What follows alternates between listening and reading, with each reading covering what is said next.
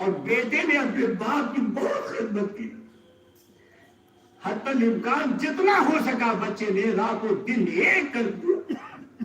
میں برابر موبائل پہ فون پہ بات کرتا رہا.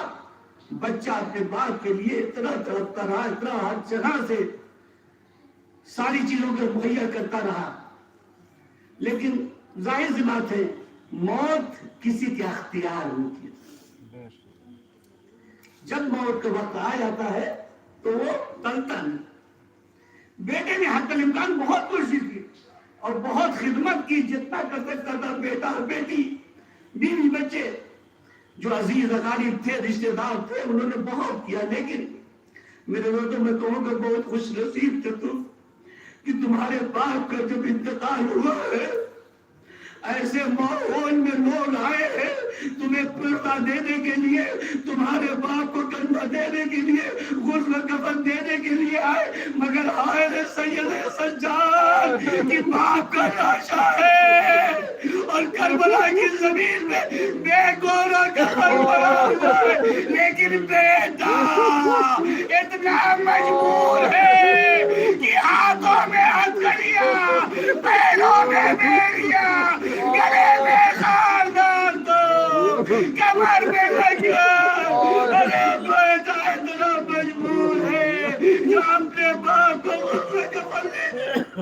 اور باپ ادا خدا آپ کو کسی غم میں نہ رلائے سوائے غم اہل بیت اطہار کے. حسین کی شہادت کے بعد اہل حرم کو کوفہ و شام کے بازار میں پھرایا جا رہا تھا.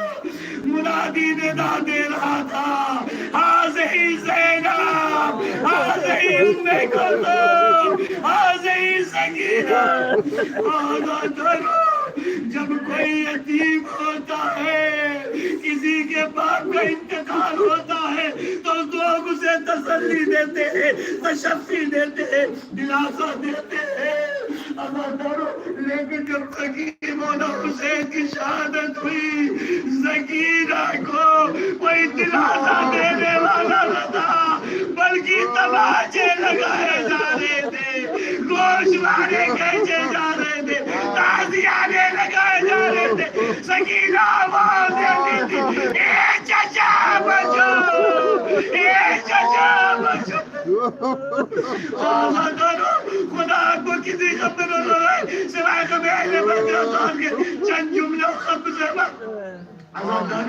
میں نے روایت پڑھی ہے کہ دن سکینہ میں ایک مرتبہ جب شام گیا اور زیارت کرنے کے لیے سکینہ کا روزہ جو بنا ہوا ہے,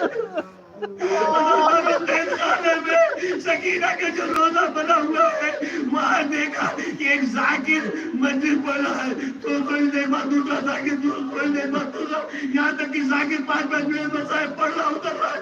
اب میں نے دیکھا کہ نماز کا وقت ہو رہا ہے, شاید اب ختم ہو, لیکن دیکھا کہ ایک ذاکر پہنچا اور جیسے ہی مصائب کرنا شروع کیا تو اس نے کہا کوئی میری ماں بہنیں اس طرح ہے جن کے پاس چھوٹی بچی ہو تو لا کے مجھے دے دے. ایک عورت نے اپنی بچی کو دیا اور جیسے ہی وہ بچی کو دیا اور وہاں پہ بٹھایا, یہاں وہ پانی رکھ کے دے اپنے پینے کے لیے. جیسے ہی بچی کو رکھا اس کے بعد کہا دیکھو یہ معصوم پھول ہے نا, کتنی ننھی مرلی بچی ہے, کتنی خوبصورت بچی ہے. اب میرا ہاتھ دیکھو, اگر میں اس کو بچی کو ہاتھ سے ماروں تو اس کی کیا کیفیت ہوگی. میں نے جیسے سنا ماں سکینہ کی آوازیں بلند کرنا شروع کیا.